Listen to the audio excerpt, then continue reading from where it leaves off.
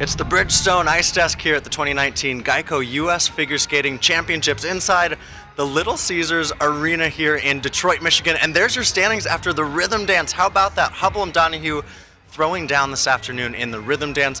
What a great comeback from Chalkbait. So wonderful to see them back on ice here in the U.S. It had been 10 months since they had competed, at least here in the U.S., and then Hawaii and Baker in third place right now, the bronze. Also a little bit surprising there. Hello, everyone. Carrera and Ponomarenko, that fourth place. We're going to talk about that and so much more. I'm so excited for this ice test because we have a couple special guests, including Jared Swallow. He's the local event director, along with Elizabeth Punselin, and the two of you, the last time Nationals was here, the last time we had U.S. Championships in Detroit, you guys skated and won the ice dance competition 25 years ago. That was just yesterday, right? It seems like it. Yeah. For sure. And of course, also joined by Emily Samuelson Dunford. Happy to have you back here. Thank you. Jared, just in general, I mean, 25 years ago, that was what, one of your 5 national titles. Belated congratulations. Thank you. You know, and we're hometown athletes. We were hometown athletes in 1994, and there's nothing like skating for your hometown crowd, let alone winning a title. And it was an Olympic year, so we made the Olympic team. It was just quite a celebration, and Detroit came out and supported the skaters. It was great. So now we're in this brand new building 25 years later, and I think we'll be celebrating some incredible skates this weekend. Yeah, certainly. We've seen a few of them already. We're going to see more later this weekend.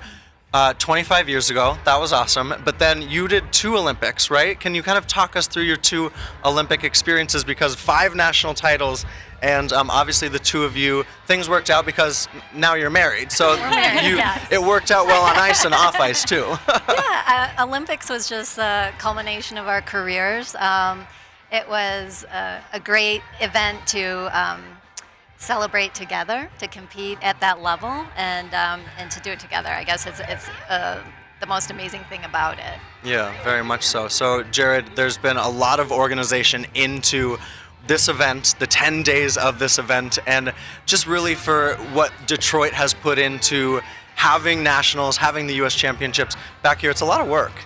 It is a lot of work. And, you know, it started 2 years ago. We were bidding for the Olympic trials last year, but San Jose got it, and they did a great job.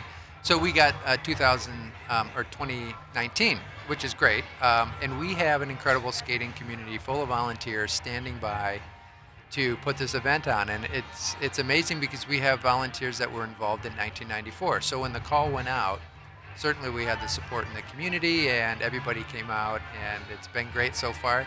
It's a 10-day event. People don't realize, you know, the novice, intermediate, and juvenile skaters are out at the Detroit Skating Club. They finished on Tuesday night, and now we're down for the juniors and seniors this weekend here at LCA. Yeah, it's awesome. No, it's been a great event. I think everyone on the ground here has enjoyed it so much, and of course I think a lot of you at home can see what a great event it is. How cool is it for you to be, now you're in Boston, but you're a Detroit girl. It's really cool to have nationals back in, and especially as Jared's saying, it's a community that really supports skating. Oh, absolutely. It's incredible to be back and to be around everybody again, to be able to see Jared and Liz too.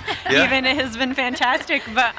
But this is really a fantastic Detroit skating community, and the pride is strong, and it truly just can't be said enough. But I mean, I've heard from so many different skaters and coaches and officials since my time being here, even just this weekend, just how impressed they are with Detroit hosting the national championships, and how smooth everything has run, and how professional everyone has been, and how generous, and the service has been fantastic. So thank you guys for everything that you have done. We bow down. Yes. All hail the local event director. You were telling me, Elizabeth, before we came on air, how cool it is for you as a former ice dancer, coach, and now having new lenses to see this event through. How awesome that's been for you, but also how freaking awesome is U.S. Ice Dance right now? The fact that we have so many good ice dance teams, I think your team contributed a lot to that. I think you did as well, but just to see where ice dance is right now domestically. It's been so nice since we retired to see how far our ice dancing has gone, and to cheer on all of our teams.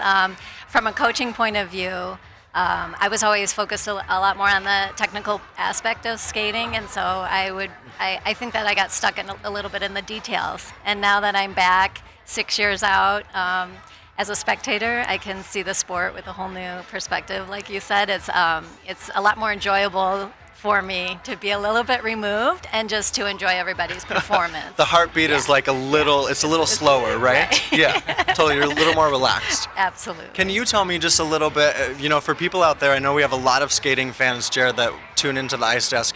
The hardest parts or the things that really come together to make these events, because I think we all see it at home and we appreciate nationals and the U.S. championships for what they are, but this is a lot of man hours and this is a whole community coming together to host an event. Right, yeah, you're seeing the end product of many hours and many committees. We have close to 20 different committees and committee captains, and we look at the critical things, which are like transportation, super critical. The whole event and how well the event runs and the feel of the event comes down to transportation. I mean, It's been great, by the way. And The transport has. especially when it's like 16 degrees out. So, Yeah. so we have great teams around those resources that are watching them all the time, and we don't leave the building until the last person's on the bus. So it's a lot of customer care and just understanding the figure skating culture.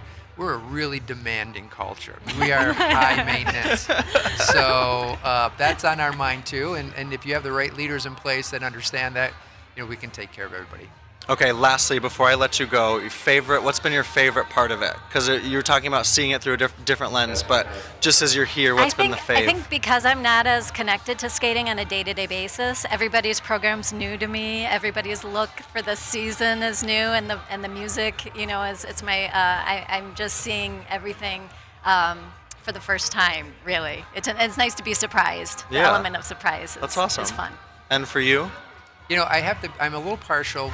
We spent a lot of time putting together the sweepers, and it's the most favorite job of any volunteer. Were you a sweeper? And the No, I sweepers wasn't, but all my are little students used to be thrilled. and still are. It's a chance of a lifetime, and the joy on their faces when they get to go out and pick up a stuffed animal is just extremely gratifying. And someday, maybe they'll be out here competing. And I would That's guess right, those absolutely. are local skaters? Local kids, Yeah.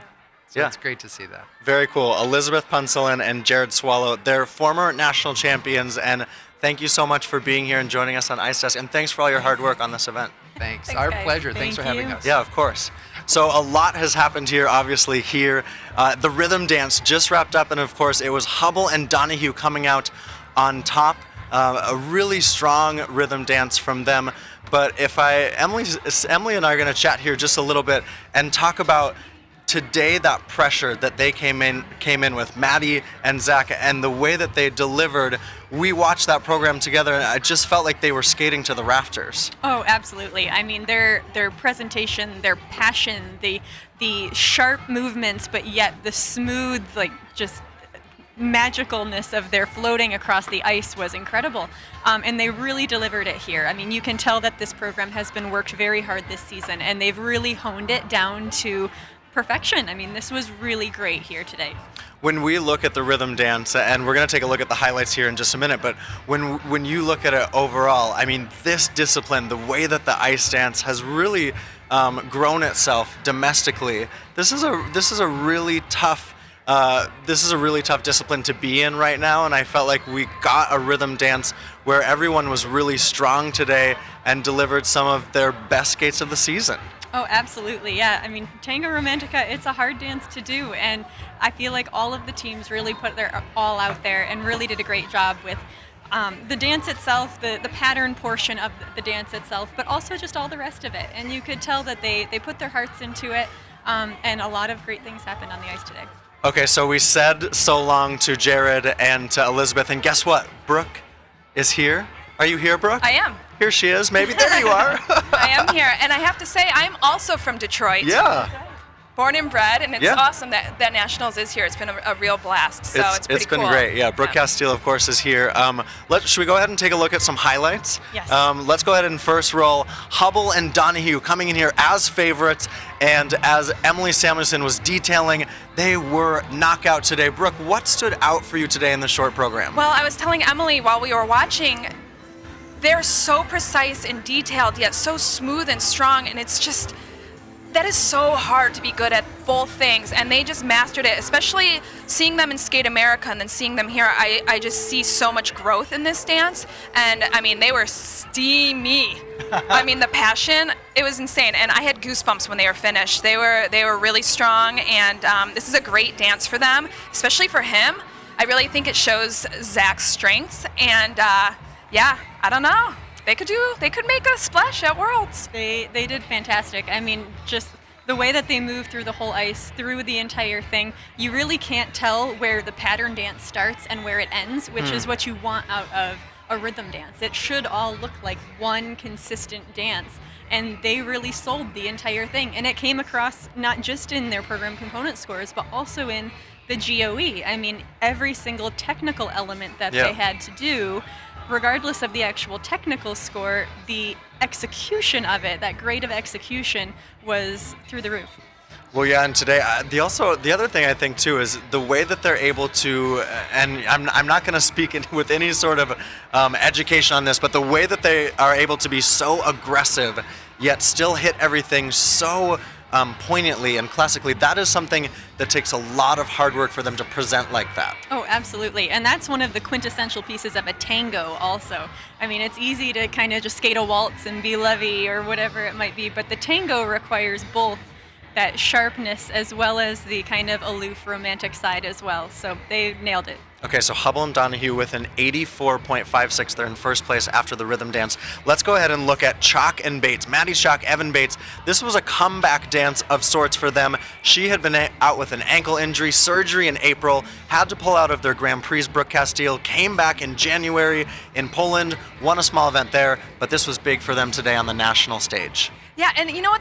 I mean, they were incredible. I loved this program. I loved the music choice for them, but they just looked so happy to be out there, and the crowd could feel it. Everyone was excited to see them, and it was such a celebration. But I mean, down to business, they were spot on. They looked pretty well trained considering they're coming back from a surgery, and you know, I kind of thought they looked the way Maddie and Zach looked at Skate America, where you could tell it was the first competition. And I think with the next few, this is going to develop and just be, I think the competition is going to be really close between the two of them. I mean, it already is, but I think it's going to get even closer. Yeah, and even the improvement from the Turin Cup just a couple weeks ago to now, I mean, I remember I watched their performances there, and it's incredible how much more passion they brought to today, how much more energy they brought to today, and the joy that you said, you can see that on their faces, and that really came across in today's performance. Yeah, there was that feeling inside the arena, sort of that goosebump feeling. You all know it at home, and I'm sure some of you felt it with Chalk Bates.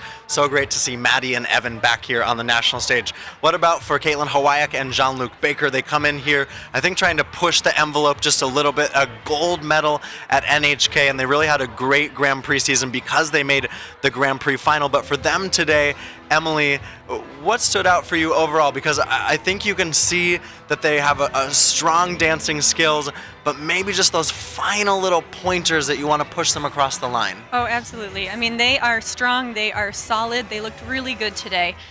What separates them from maybe Maddie and Evan and Maddie and Zach is that finesse, is the last little details. I mean, when you're an ice dancer, you should know where everything is, from the tip of your finger to the tip of your hair to the tip of your toe, and be able to use that too. And I feel like that's an area where they can continue to grow and continue to improve. They've already done a great job, but that sets the top two apart a little bit from where they are right now. And you're talking too, technically they're so strong. Oh yes, it's just those little things to clean up. Absolutely. Yeah, well, it's a great result for them, at least here in the rhythm dance, in third place. But actually, when you go from third down to fifth, just separated by a couple points, and a little bit of surprise for Christina Carrera and Anthony Ponomarenko to come in here. They skated last, with both of you said that was actually a good position, Brooke, for them to be in. And today they come out, and gosh, they delivered. Oh, yeah, sorry. I wasn't sure if you were coming to me. Your breath was taken away. Yeah, they're playing on the screen. Well, that was the thing. You couldn't take your eyes off of them. They have a certain way of captivating an audience and pulling you in, which I think Igor is so good. Igor Spielbahn is so good at having, all of his students, they're so good with their face and the emotion and the way they emote all the way through the whole arena. And she reminds me a little bit of Tanith when she was younger, actually. And I just think that I actually lost my train of thought of what I was going to say about them. Well, Totally I mean, it's forgot. great that Igor has, because Igor in the past obviously has worked with Maddie and Evan. He's worked with some of the top teams, but here's a chance for him, not that he needs it, but for them to have Igor in their corner, that's huge. Oh, absolutely. And to be a top team working with Igor also, I mean, they are really learning everything they can from him and taking it in, and it's coming across on the ice too. I just remembered what I was going to say. By all means, go ahead. They ooze potential. You Yes. can see Oh, there yes. is so much room for growth with them. Maybe the other two teams, I think there's a little bit maybe of a limit of how far they can go. And these guys, I think they really have a long future ahead of them and a ton of potential. And I'm happy to see that they were put forth so that they can maybe keep competing internationally and being more well known, so that maybe they're our future in ice dance to keep that U.S. strength continuing. Well, it's interesting too because they're junior champions from last year, and they made their Grand Prix debut in seniors this fall, bronze at Rastelcom Cup. And so really for them, I mean, now the pressure gets even bigger on these other teams that are really trying to make their mark, and just it of course continues that strength that you're talking about. The free dance. So excited for it. But for Hubble and Donahue, it's only a couple points between them and Chalk and Bates. What do Maddie and Zach have to do in that free dance to maintain? Because, Emily, we saw they made a lot of changes into the Grand Prix final, but now I think they've had more time to really fine-tune those changes. They absolutely, I think they have had time to fine-tune those. I think it'll be a really great showing for the free dance for them to come out and just lay this new program out and give it their all. Romeo and Juliet, it's a great program for them. It really shows a lot of the softer side. You saw a lot of the sharp side today, but here you'll see a lot of the softer side, a lot of the maybe intricacies that we didn't quite get in the tango that they can really show off in their free dance with a little bit more freedom when it comes to the elements as well. Okay, so then for Maddie and for Maddie and Evan, this is the first time I did that. I can't believe it. There are a lot of Maddies. There are a lot of You Maddies. are named Maddie. You Ice should be an dance. ice dancer. Yes. That's right. For Maddie and Evan, how do they make sure that they're not too satisfied with what they were able to do in the rhythm dance? Because that was a big comeback.